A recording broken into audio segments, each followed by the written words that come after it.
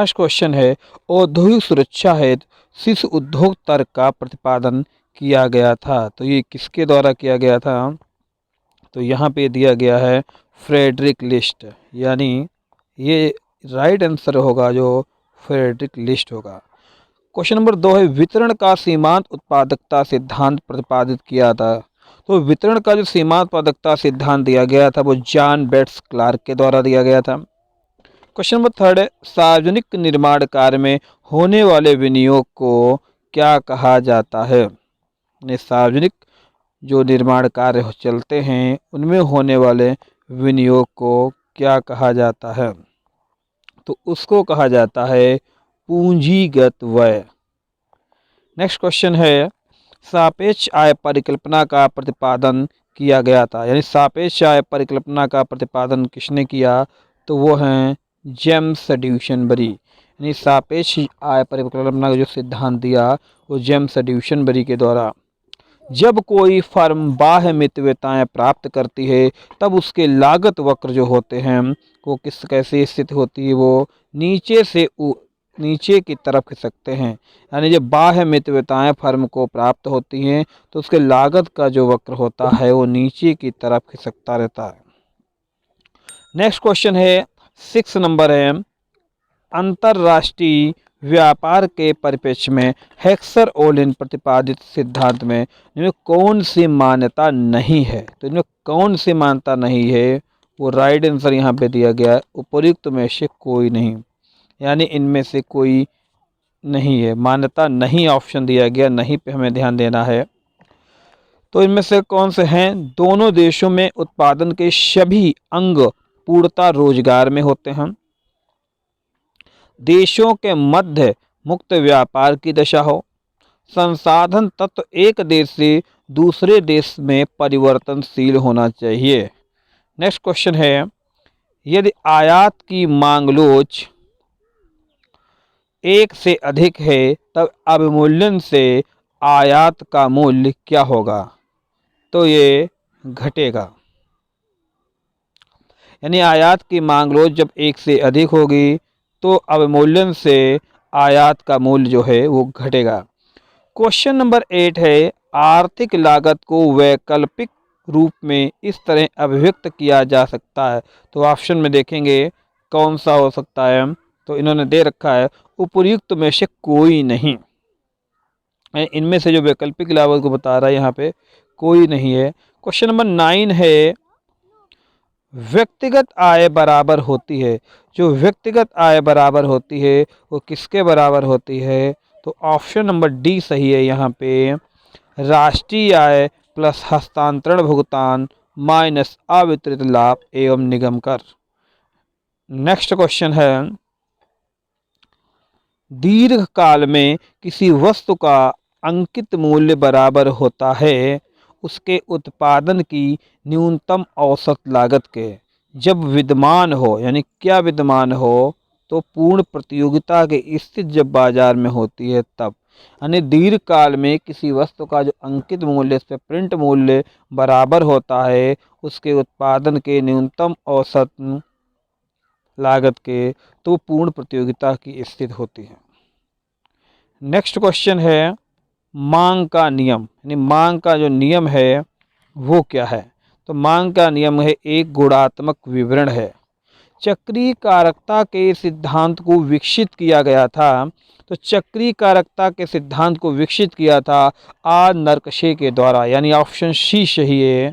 Question number 13, मांग को इस रूप में परिभाषित किया जा सकता है। तो मांग को किस रूप में परिभाषित किया जा सकता है? पर्याप्त क्रय शक्ति के साथ क्रय की इच्छा एवं तत्परता। यानी जब मांग तभी पैदा होगी जब आपके पास क्रय शक्ति होगी, यानी उसके लिए मनी होगा, आप खरीदने के लिए तत्पर होंगे और आपकी उस वस्तु को खरीदने की इच्छा होगी। यानी ये सभी फैक्टर मिलकर क्या हैं? मांग को कंप्लीट करते हैं।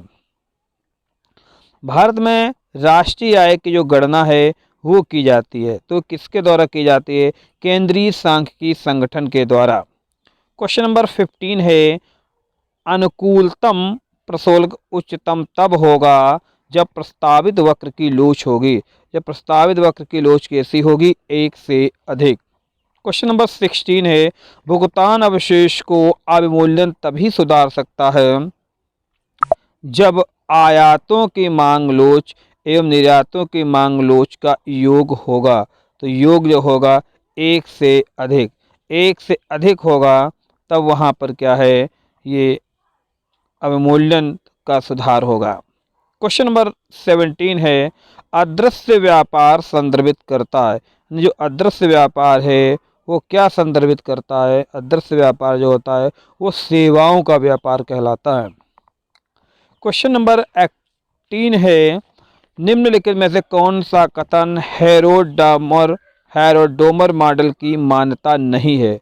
तो जो मान्यता नहीं है वो है ए ऑप्शन में, बचत की सीमांत प्रवृत्ति बचत की औसत प्रवृत्ति से अधिक होती है। ये यानी इस कथन की जो है मॉडल की मान्यता नहीं है। बाकी जो हैं उनको देखते हैं। तो बचत की सीमांत प्रवृत्ति स्थिर रहती है, पूंजीगत वस्तुओं का ह्रास नहीं होता है, बचत एवं विनियोग उसी वर्ष की आय से संबंधित होते हैं। तीन बातें क्या है हेरोडोमर मॉडल की मान्यता में आती हैं।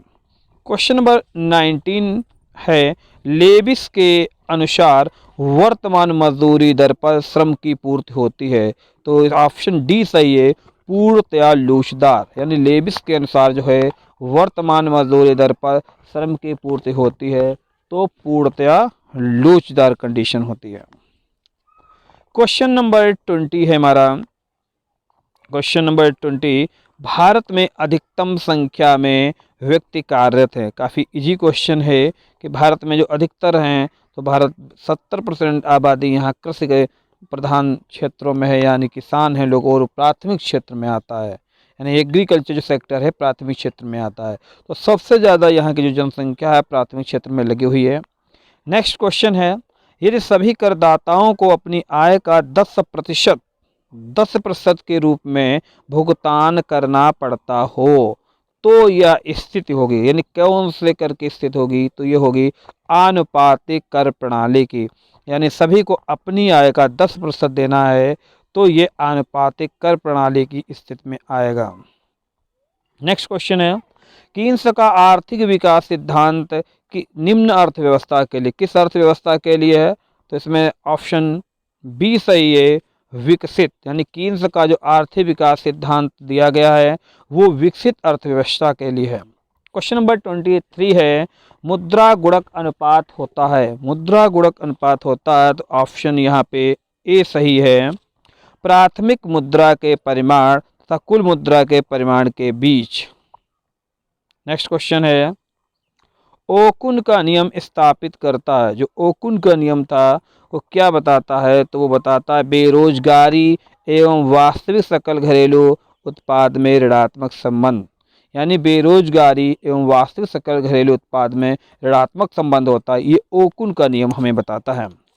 जब मांग वक्र आयताकार अति परवलय हो तो मांग की लोच कैसी होगी? यानी यहाँ पे थोड़ा डिफरेंट कर दिया क्वेश्चन को इन्होंने, कि जब मांग का वक्र जो होगा आयताकार अति परवलय हो तो मांग की लोच होगी, तो वो इकाई लोचदार होगा। क्वेश्चन 26 है, शिशु उद्योग तर्क की व्याख्या अक्सर निम्न संदर्भ में की जाती है। तो किस में की जाती है? तो ये उद्योगों को संरक्षण प्रदान करने के लिए दिया जाता है। शिशु उद्योग जो नए हैं, छोटे हैं, और उनको प्रतियोगिता करने के लिए मार्केट में ये संरक्षण प्रदान किया जाता है। क्वेश्चन नंबर नेक्स्ट है, निम्नलिखित में सही समीकरण बताना है। तो वो दिया गया है GNP is equal to C+I+G bracket में X माइनस, यानी एक्सपोर्ट और इम्पोर्ट है ये। नेक्स्ट है, उत्पादन को इस कार्य के रूप में परिभाषित किया जा सकता है। तो उत्पादन जो किया जाता है वो उपयोगिता का सृजन करना है, क्योंकि वस्तुओं का उपभोग किया जाता है, उपभोग करने के बाद में वस्तु की अपनी उपयोगिता समाप्त हो जाती है, यानी वस्तुओं में उपयोगिता होती है, इसलिए उसकी मांग की जाती है, क्योंकि वो एक निश्चित इच्छा की पूर्ति करती है और व्यक्ति को संतुष्टि प्रदान करती है। क्वेश्चन नंबर 29, एक एकाधिकारी अपने उत्पाद की कीमत उस सीमा में तय करेगा जहां मांग की लोच होगी एक से अधिक। यानी एक एकाधिकारी अपने उत्पाद की कीमत उस सीमा में तय करता है जहां पर मांग की लोच एक से अधिक होती है। निम्नलिखित में किस अर्थशास्त्री ने लाभ के नव प्रवर्तन सिद्धांत का प्रतिपादन किया? तो वो हैं शुम्पीटर, यानी शुम्पीटर ने लाभ के नव प्रवर्तन सिद्धांत को प्रतिपादित किया। क्वेश्चन नंबर 31 है, रिकार्डो का लगान सिद्धांत आधुनिक लगान सिद्धांत हैं। यानी रिकार्डो का लगान सिद्धांत और आधुनिक लगान सिद्धांत हैं। तो ये कैसे हैं? ये दोनों क्या हैं? एकदम अलग हैं। यानी रिकार्डो का लगान सिद्धांत और जो आधुनिक लगान सिद्धांत हैं दोनों अलग अलग हैं, दोनों की अलग अलग मान्यताएं हैं। क्वेश्चन नंबर 32 स्टार्ट करते हैं। असमानताओं को कम करने के लिए सरकार को निम्न में से कौन सी कर प्रणाली अपनानी चाहिए? यानी जो समाज में है, लोगों के बीच में जो कर की वजह से क्या आय कम ज़्यादा ना हो, यानी असमानताएं जो हो रही हैं, लोग इनकम किसी के ज़्यादा और किसी की इनकम कम है, इन असमानताओं को कम करना है तो सरकार को कौन सी प्रणाली अपनानी चाहिए? तो वो दिया है प्रगतिशील कर प्रणाली। नेक्स्ट क्वेश्चन है, कौन सा प्रत्यक्ष कर है? तो इसमें से प्रत्यक्ष कर कौन सा दिया गया है? इन्होंने बता दिया है, उपर्युक्त में से कोई नहीं। यानी प्रत्यक्ष कर कोई नहीं है ये, तो कौन से हुए ये अप्रत्यक्ष कर हुए। बिक्री कर, सीमा कर और उत्पाद कर, तो ये सभी क्या हुए? अप्रत्यक्ष कर हुए। शून्य आधारित बजट प्रणाली का प्रमुख गुण होता है, यानी शून्य आधार को आधार मानकर जो बजट प्रणाली बनाई जाती है उसका जो प्रमुख गुण होता है, उसमें घाटे की वित्त व्यवस्था को शून्य होती है। यानी घाटे को क्या मान लिया जाता है? घाटे की जो वित्त व्यवस्था होती है उसको शून्य ले लिया जाता है। क्वेश्चन नंबर 35 कह रहे हैं, विपन्नता सूचकांक प्रदर्शित करता है। विपन्नता सूचकांक क्या प्रदर्शित करता है? अत्यधिक गरीबों तथा गरीबी रेखा से नीचे रहने वाले गरीबों के अनुपात को। यानी जो विपन्नता सूचकांक है वो अत्यधिक गरीबों तथा गरीबी रेखा से नीचे रहने वाले गरीबों के समानुपात को दिखाता है। क्वेश्चन नंबर 36 है, मुद्रा के परिमाण सिद्धांत को मुद्रा की मांग का सिद्धांत समझना चाहिए। यानी मुद्रा के परिमाण सिद्धांत को मुद्रा की मांग का सिद्धांत समझना चाहिए। तो ये परिभाषा है, यानी विचार दिया गया है, वो ऑप्शन डी में सही दिया गया है, एम फ्रीडमैन के द्वारा। यानी फ्रीडमैन ने कहा था कि मुद्रा के परिमाण सिद्धांत को मुद्रा के मांग का ही सिद्धांत समझना चाहिए। क्वेश्चन नंबर 37 है, मुद्रा के परिमाण सिद्धांत के अनुसार मूल स्तर में वृद्धि को इससे जोड़ा जाएगा। किससे जोड़ा जाएगा? तो मुद्रा पूर्ति में वृद्धि से। यानी मुद्रा के परिमाण सिद्धांत के अनुसार मूल स्तर में वृद्धि को तो किससे जोड़ा जाएगा? मुद्रा पूर्ति में वृद्धि से। क्वेश्चन नंबर 38 है, माना 9 व्यक्तियों का औसत वजन 50 किलोग्राम है और प्रथम 5 व्यक्तियों के वजन का औसत 45 किलोग्राम है, जबकि अंतिम 5 व्यक्तियों के वजन का औसत 55 किलोग्राम है, तब 5वें व्यक्ति का वजन जो होगा वो कितना होगा? तो ये 9 व्यक्तियों का औसत वजन, यानी 9 इंटू 50 हो गया, 9 पचे 45, 450 किलोग्राम टोटल हो गया। और 5 व्यक्तियों का वजन है 45, तो इसको 5 इंटू 45 करेंगे।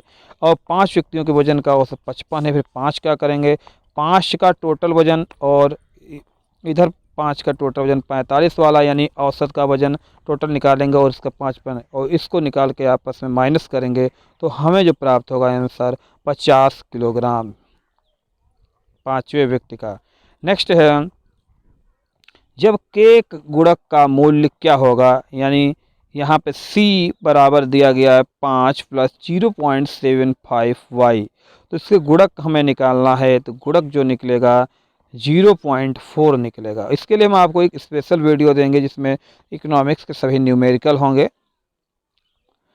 नेक्स्ट क्वेश्चन है, उपभोग एवं बचत फलन निम्नवत दिए गए हैं। तो उपभोग और बचत फलन यहाँ पे दिए गए हैं, तो निवेश गुणक की बात की गई है, ये 1.25 निकलेगा। इन्हीं सभी क्वेश्चनों को हम आपको एक साथ में कराने का प्रयास करेंगे।